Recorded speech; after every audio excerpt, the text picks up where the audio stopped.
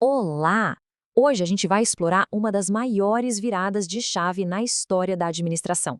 É a jornada que nos levou de um mundo que via as pessoas como simples engrenagens para um que as entende como seres sociais complexos.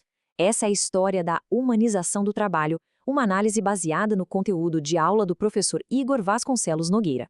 Imagina só, começo do século XX. O cenário era esse aí. Fábricas a todo vapor, linhas de montagem, um mundo totalmente dominado pelas ideias da escola clássica de Taylor e Fayol. A lógica era bem direta. Eficiência máxima, controle máximo. E o trabalhador? Bom, ele era visto como mais uma peça da máquina. Só que essa visão começou a rachar. Conflitos, insatisfação. E no meio disso tudo, surgiu uma pergunta. Aquela pergunta fundamental que muda tudo. E se a gente estiver olhando para o lugar errado? E se o segredo da produtividade não estiver na máquina, mas na pessoa que opera a máquina? Para a gente entender o tamanho dessa revolução, primeiro a gente precisa dar um passo atrás e conhecer o paradigma que ela veio para quebrar. Bem-vindos à era do chamado Homo economicus. A ideia central daquela época era essa. No trabalho, o ser humano é um homem econômico. E o que isso quer dizer? Basicamente que a única coisa que motiva alguém é o dinheiro. Simples assim. Quer mais produtividade? Aumente o salário, dê um bônus. Uma visão super simplista, né? Que ignorava por completo as emoções, os sentimentos, as relações sociais. Só que a realidade cobrou a conta. Tratar pessoas como máquinas gerou consequências bem sérias. Trabalhadores desmotivados, uma rotatividade de pessoal altíssima, greves e mais greves. As necessidades psicológicas e sociais das pessoas estavam sendo, varridas para debaixo do tapete. O sistema todo estava quase entrando em colapso. E é exatamente nesse cenário de crise que surge o grande ponto de virada da nossa história. A experiência de Hawthorne, liderada por um psicólogo chamado Elton Mayo. O que começou como um estudo bem simples sobre produtividade acabou revelando uma coisa que ninguém esperava. Esse experimento foi longo, viu? Quase uma década com 4 fases. Na primeira, eles tentaram ligar a luz do ambiente com a produtividade.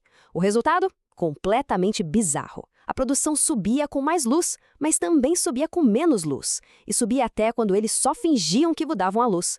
Aí já deu para ver que tinha algo estranho no ar. Na segunda fase, um grupo de operárias ganhou uma atenção especial e a produção delas disparou. Na terceira, que foi a maior de todas, eles pararam de só observar e começaram a ouvir. E na quarta, a grande sacada. As regras do grupo de colegas eram mais fortes do que as ordens do chefe. 21 mil. Guarda esse número. Foram mais de 21 mil entrevistas feitas na terceira fase. Pela primeira vez, de forma sistemática, alguém estava genuinamente perguntando aos trabalhadores o que eles sentiam. E isso revelou um universo que estava totalmente escondido. Um universo de sentimentos, de lealdade e de pressões sociais. E aqui está o pulo do gato, o famoso efeito Hawthorne. A produtividade não estava mudando por causa de fatores físicos, como a iluminação, mas sim por fatores psicológicos. A simples atenção, o fato de as pessoas se sentirem observadas, importantes, valorizadas, isso fez toda a diferença. Foi a descoberta de que o fator humano era, no fim das contas, a variável mais importante de todas.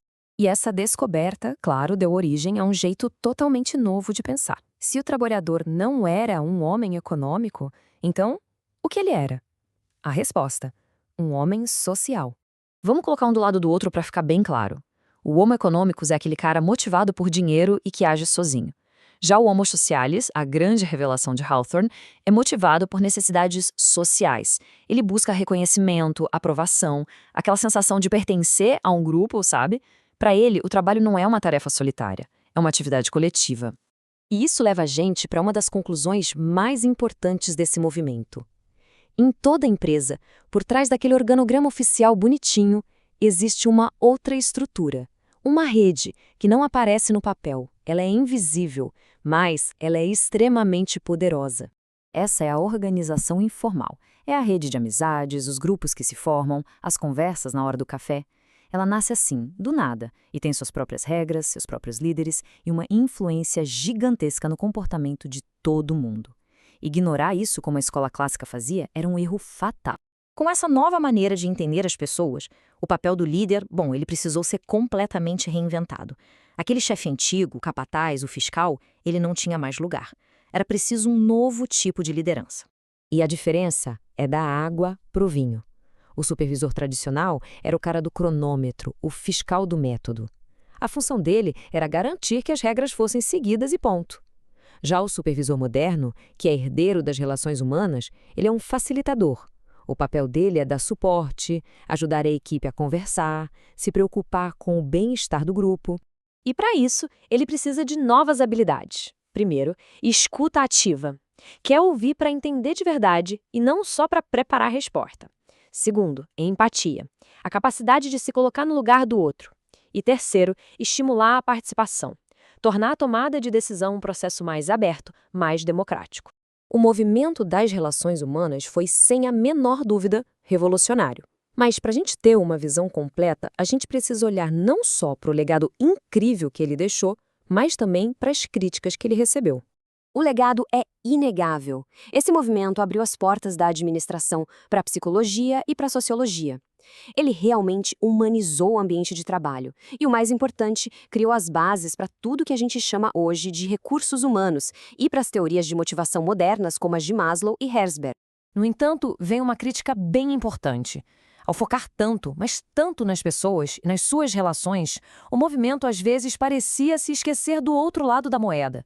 A estrutura, os processos, a eficiência técnica. Essa foi a crítica principal, o chamado esquecimento da estrutura. A ênfase no lado psicossocial foi tão grande que se deixou de lado a conexão que existe entre o bem-estar das pessoas e a eficiência dos processos. A verdade é que uma organização de sucesso precisa dos dois. Harmonia e eficiência não são opostos, são parceiros. E isso nos leva a essa reflexão final do filósofo Herbert Marcuse. Humanizar o trabalho é muito mais do que só criar um bom clima.